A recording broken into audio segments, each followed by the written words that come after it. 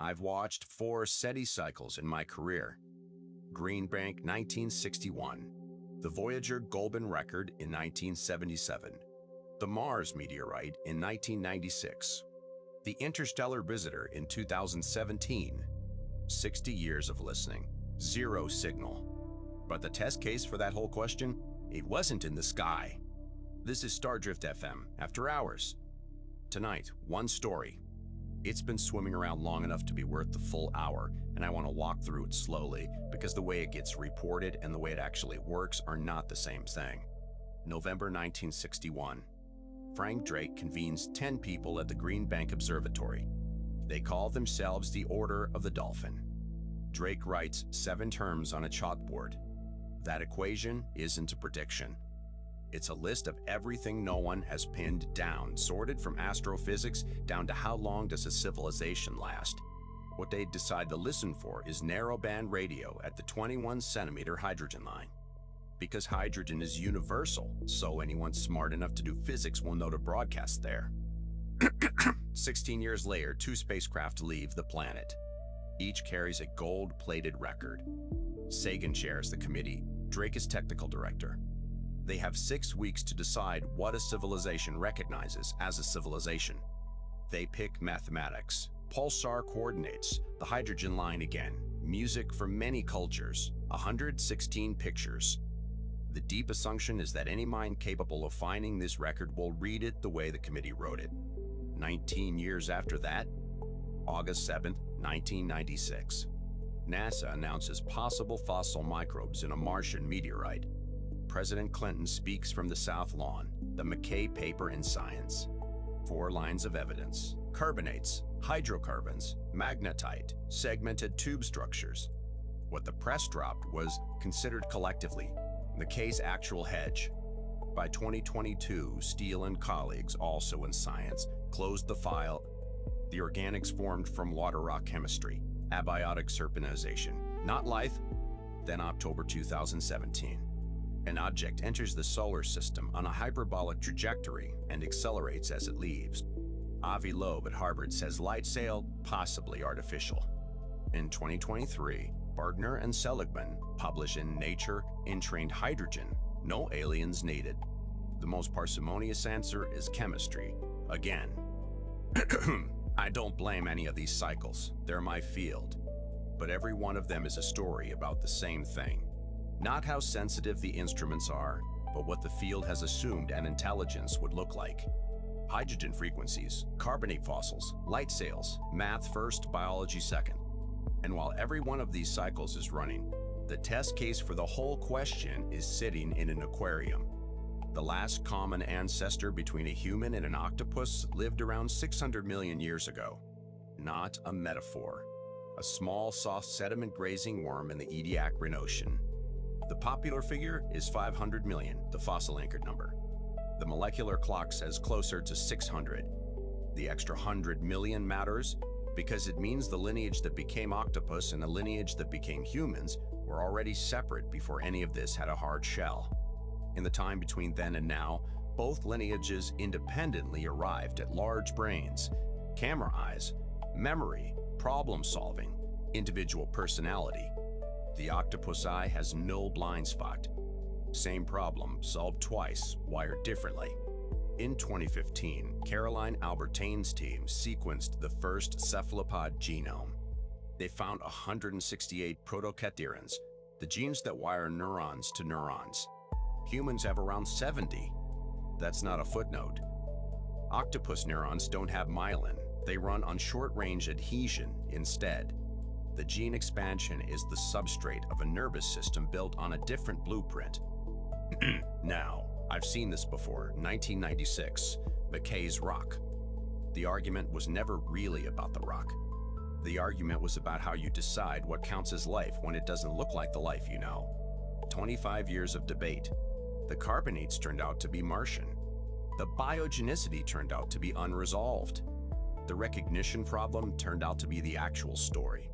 The same problem is right here, on Earth, in the water. Peter Godfrey-Smith, philosopher at Sydney, dives with these things, puts it as plainly as anyone has. Evolution built minds twice over. This is probably the closest we will come to meeting an intelligent alien. Most coverage just keeps calling it weird.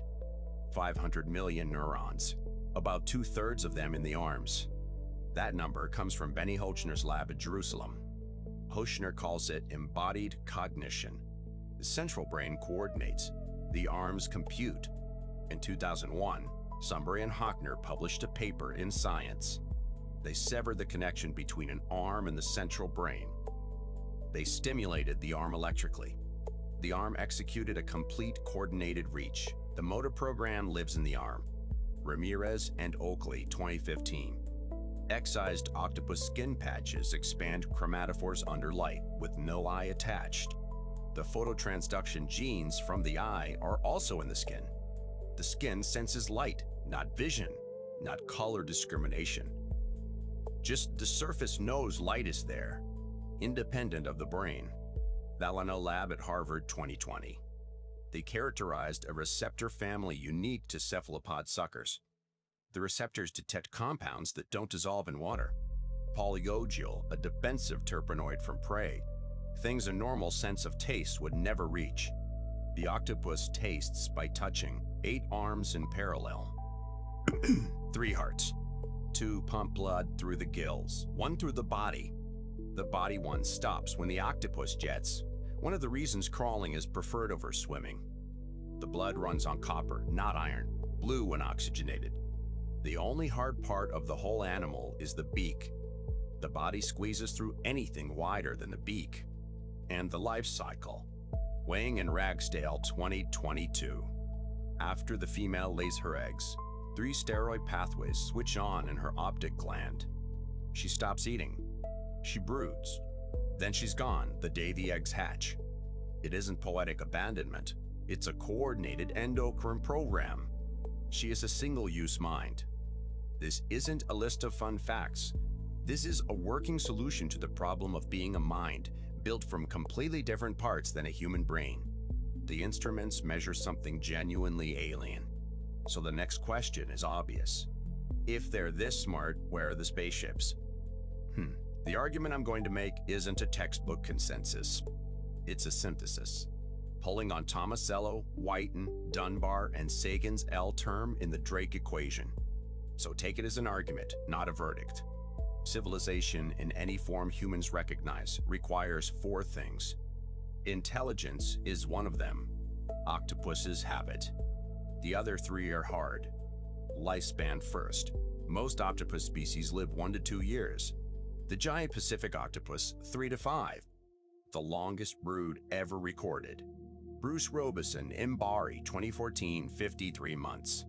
A Granaldone Borea pacifica sat on her eggs for 4.5 years at 1,400 meters down in the cold.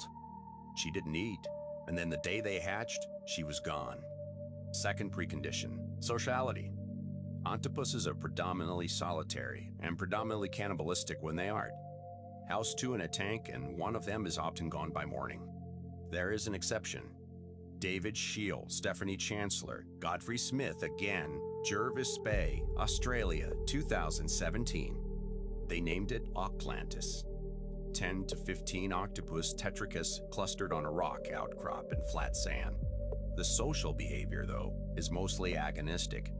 Signaling, eviction, throwing silt. It's dense aggregation, not bonded culture.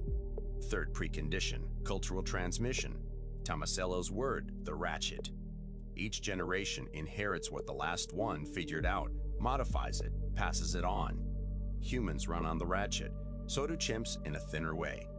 Octopuses can't because the mother is never alive when the children are. Every generation starts from 0. Fourth precondition, the technology stack. Fire doesn't burn underwater. Metallurgy needs sustained dry heat above what hydrothermal vents make available in a workable form. Saltwater electrolysis disrupts itself. Chlorine at the anode instead of oxygen. Galvanic corrosion of any structure. The chain humans built. Fire, then ceramics, then metals, then chemistry, then electricity. That chain just doesn't run underwater. Intelligence is one ingredient. Civilization needs 4. They've got 1. That's not a failure of theirs. It's a structural fact about what civilization is. 60 years of listening. Allen Telescope Array, Hat Creek, mid-upgrade. Breakthrough, listen, $500 million over a decade. James Webb pointing at K218b for biosignature gases. In 2024, the team announces dimethyl sulfide. In July 2025, the NASA LIDWE analysis pulls the claim back. The gas turns out to have non-life sources the search hadn't accounted for. The signal the field picked because it sounded like life turned out not to be. Carol Cleland has been making the same argument for 20 years. The field has no working definition of life, not one that survives contact with a counterexample. Trying to define it now, she says, is like trying to define water before molecular theory. No one knows what to look for, just what's already here.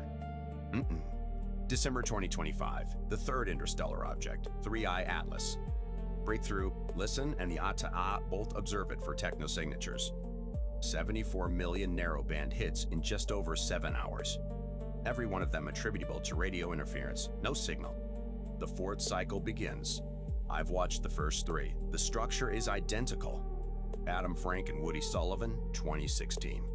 Given Kepler exoplanet data, humanity is the only technological civilization in cosmic history, only if the per-planet probability of producing one is below 10 to the negative 24. That number is small enough that what the paper is really saying is, the cosmos isn't empty, the signal is just unreadable. Jill Tarter, who has spent 50 years on this, her framing is the cleanest.